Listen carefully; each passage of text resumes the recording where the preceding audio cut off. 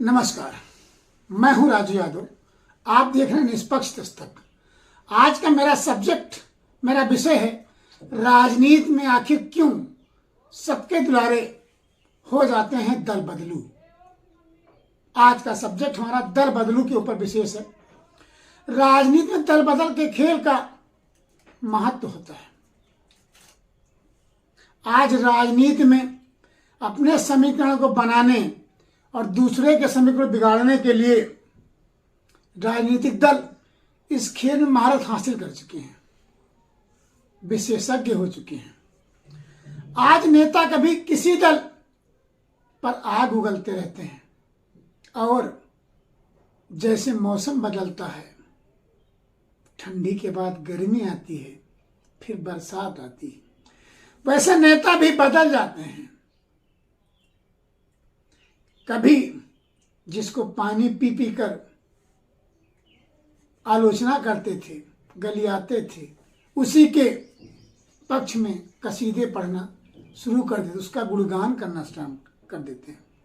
जब अपनी बात आती है, जब अपने अस्तित्व की बात आती है, तो आस्था कहीं ना कहीं उनका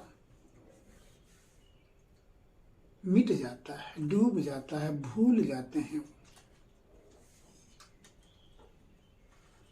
जब अस्तित्व संकट में आता है तो वो आस्था भूल कर अपने अस्तित्व को बचाने में लग जाते हैं। लोकसभा चुनाव आ गया है। अब आस्था और अस्तित्व के बीच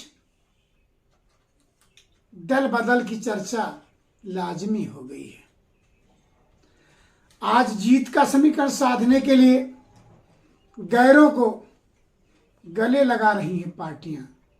इससे एक पिक्चर का गाना याद आता है, अपनों पर सितम और गैरों पर करम किए जा रही हैं ये राजनीतिक पार्टियां। राजनीति या व्यक्तिगत स्वार्थ के आगे दलीय निष्ठा और नैतिकता सब समाप्त हो जाती है। आज दल बदलुओं के बीच सर्वाधिक आकर्षण का केंद्र सत्ताधारी दल डबल इंजन की भाजपा सरकार ही है। उत्तर प्रदेश में इसका सबसे बड़ा उदाहरण है डबल इंजन की धमक, जो आज दूसरे दलों में तोड़ फोड़ कर अपने जनाधार को विस्तार देना चाहती है। इस चुनाव में सत्ता दल अपने 10 वर्ष की सत्ता विरोधी भावना की आशंका के बावजूद विश्वास से लबरेज नजर आ रही है, जो अपने लिए 370 और गठबंधन रजक के लिए 400 सीटों पार का लक्ष्य घोषित कर रही है। वहीं विपक्ष अपना आंकड़ा बताने में भी अटक रहा है, भटक रहा है। इस चुनाव में भाजपाई खेमा आत्मविश्वास से भरा नजर आता है, वहीं विपक्ष आत्मविश्वास के अभाव में नजर आता है। लोकसभा में 2 सीटों से 300 पार का सफर तय कर चुकी भाजपा के बारे में कहा जाता है कि यह दल हमेशा चुनाव के मूड में रहता है। एक चुनाव का अंत होते ही दूसरे चुनाव में लग जाता है, लेकिन बाकी दल जब चुनाव आता है तो अग्रेसिव हो जाते हैं। उसके बाद कुछ कारणों पर चर्चा कर फिर अनंत में चले जाते हैं। राहुल गांधी की बात करूं मैं तो वो अपनी ही टीम के दलों को भाजपा की बी पार्टी कहने से बाज नहीं आए। वहीं मोदी और शाह की जोड़ी अपने मुखर और धुर विरोधियों में भी दोस्ती की संभावना तलाशती रही। उसका परिणाम भी सामने आया। तब भी लोग समझ नहीं पाए। इन दलों को समझना चाहिए कि आखिर इनके पास ऐसा क्या है, ये आगे क्यों बढ़ रहे हैं, इनका जनाधार क्यों बढ़ रहा है। अभी विपक्ष ने मिलकर INDIA गठबंधन तैयार किया, जिससे सत्ता दल के चेहरे की जो चमक थी वो कम हुई थी। लेकिन आपसी व्यवहार और आपसी गतिविधियों में कुछ दिन के बाद बिखराव को देखते ही फिर सत्ता दल ने अंगड़ाई ली और उसमें अपना दिमाग, राजनीति लगाना प्रारंभ किया, जिसका परिणाम ये हुआ कि INDI के मुखिया ही, बिहार के मुख्यमंत्री नीतीश कुमार ही इंडिया को छोड़कर NDA में चले गए। ये होता है राजनीति की परिपक्वता। वहीं आंध्र प्रदेश से चंद्रबाबू नायडू की भी रजग में वापसी हो गई। इसे कहते हैं नेतृत्व की क्षमता। जहां पर बड़े बुजुर्ग और राजनीतिक परिपक्वता रखने वाले व्यक्तियों की सुनी जाएगी, वहां पर यह होना कोई अतिशयोक्ति नहीं होगा। अब बात करते हैं उत्तर प्रदेश की। उत्तर प्रदेश में कभी धीर विरोधी रहे RJD प्रमुख जयंत चौधरी भी NDA में चले गए, जिनकी वजह से INDI में भी कुछ समय तक लोचा रहा।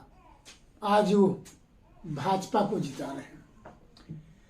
अब देखिए, पंजाब में भी भाजपा शिरोमणि अकाली दल से कहीं ना कहीं दोस्ती की संभावना ढूंढ रही है, उसकी कयावत जारी है। वहीं इंडिया में INDI गठबंधन में धीरे धीरे करके एक एक दल INDI को दलदल बताते और इस दलदल से निकलते चले जा रहे हैं।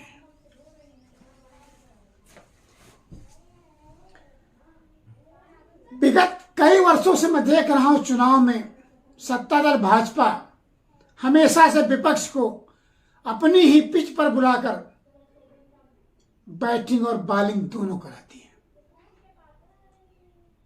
विपक्ष कभी भी विगत 10 वर्षों में अपनी पिच पर सत्ता दल को बुलाने में सफल नहीं रहा है। चुनाव के ठीक पहले ही CAA आता है और लोग उसमें उलझ जाते हैं। बेरोजगारी, पर्चा लीक, महंगाई, स्वास्थ्य, शिक्षा, नौकरी, सबसे भटक जाते हैं। कभी राम याद आते हैं तो कभी CA याद आता है। जो आम जन को छू रही भावनाएं हैं वो विपक्ष छू नहीं पाता है। यही रीजन है सत्ता दल को नेतृत्व करना आता है। वो लोगों के अस्तित्व को छूना चाहती हैं, छूना जानती हैं और वो हर एक को छूती हैं। लेकिन विपक्ष इसमें फेल होता नजर आता है। कहीं ना कहीं वहां पर नेतृत्व का अभाव है, इसीलिए ये प्रादुर्भाव है। सत्ता दल के पास ट्रम्प कार्ड के रूप में मोदी है, जिसके चाणक्य अमित शाह हैं, और इन दोनों जोड़ियों ने ऐसा जुमला बनाया कि इस जुमले में बाकी विपक्ष झूलते रह गए। और इस चुनाव में 400 पार का जो लक्ष्य रखा है, उनके विश्वास से, आत्मविश्वास से लगता है कि कोई दूर की बात नहीं है। और कांग्रेस ने किसी जमाने में जो इतिहास बनाया था, हो सकता है वो इतिहास इस बार टूट जाए। खैर, ये भविष्य की बात है, 4 जून को पता चलेगा इतिहास बनता है या टूटता है। फिर भी जो होना होगा वो तो होगा ही। निष्पक्ष दस्तक सभी मतदाताओं से अपील करता है कि लोकतंत्र के महापर्व में अपनी भागीदारी सुनिश्चित जरूर करें और मतदान करें। जिसको चाहें उसे करें, लेकिन मतदान जरूर करें। अगर आप सबको मेरे विचार अच्छे लगे हों तो कृपया अपने सुझाव देकर मेरा मनोबल जरूर बढ़ाइएगा और मेरे चैनल को लाइक सब्सक्राइब कीजिएगा। धन्यवाद।